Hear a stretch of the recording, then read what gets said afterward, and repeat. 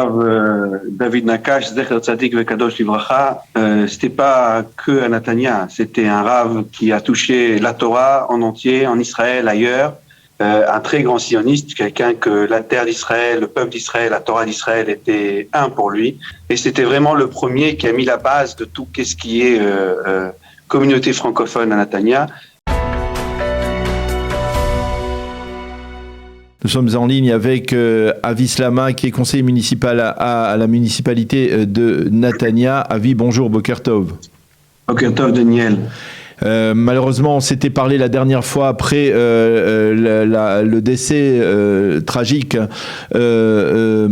du soldat israélien Matan Fitoussi qui avait été tué lors de son service militaire il y a un peu plus d'un mois, on va dire près de 2 mois.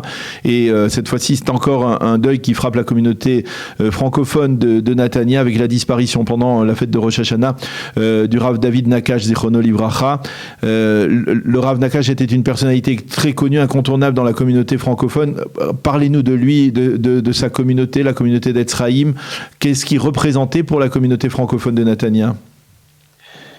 Tout d'abord, le Rav David Nakash, Zecher Tzadik Vekadosh Livracha, c'était pas que à Netanya, c'était un Rav qui a touché la Torah en entier, en Israël, ailleurs.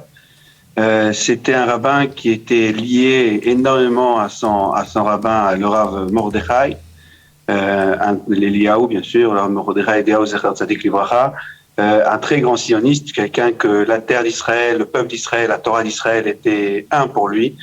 Moi, j'ai connu le Rav depuis plus de 30 ans.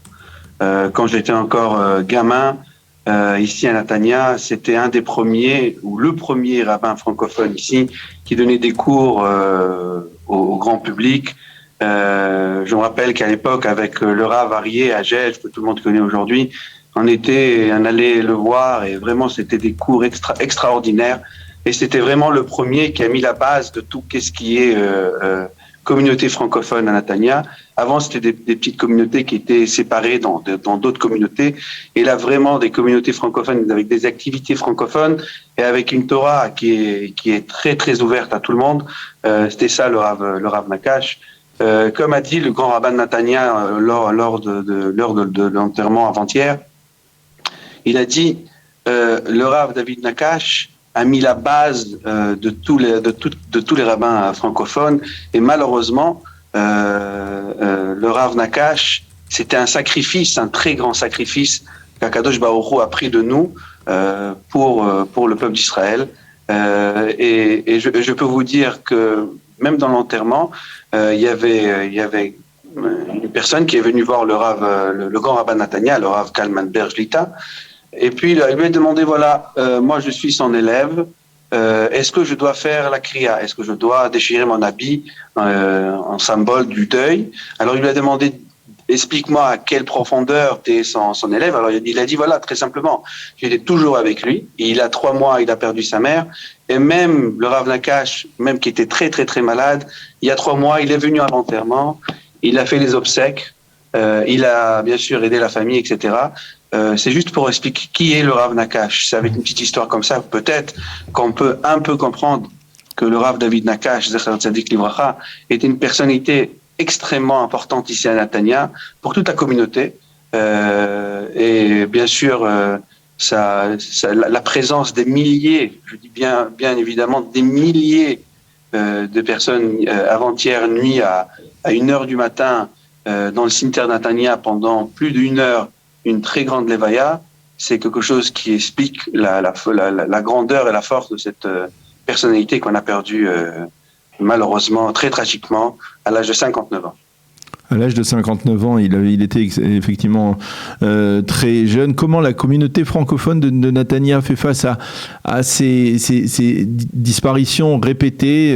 Il y a eu, on le disait, Matan Fitoussi, il y a eu aussi un coup avec David Tibi, qui était connu dans la communauté francophone de Netanya. Maintenant, le Rav David Nakash, c'est une période difficile pour cette communauté, n'est-ce pas?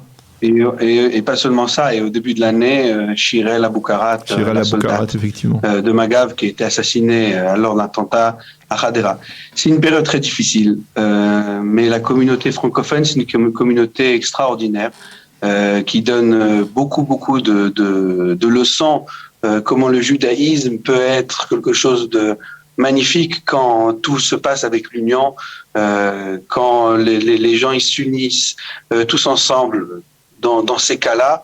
Et Baruch Hashem, c'est pas seulement ça. Jeudi dernier, on a fait une très grande soirée de slichot avec tous les rabbinim unis de toutes les communautés francophones. Bien sûr, c'était à la Refoua Shlema, la guérison du Rav Nakash, que malheureusement nous a quittés. Mais c'était une soirée dans laquelle on était dans une grande synagogue avec 800 places et il n'y avait pas une place de libre. Hommes et femmes, tous ensemble pour faire des prières de slichot. C'est ça ce qui est magnifique dans ces heures-là, de deuil malheureusement, mais aussi dans les heures de prière que tout le monde est ensemble. Je crois que cette ardoute et cette union, c'est la force de cette communauté. Et je souhaite que cette année, ça sera que dans les fêtes, que dans le bonheur, et Bezrat Hashem, que dans les smachot.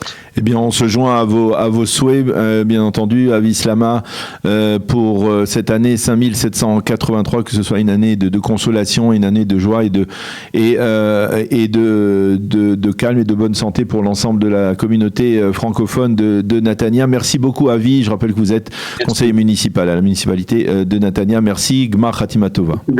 Gmar Khatima Tova.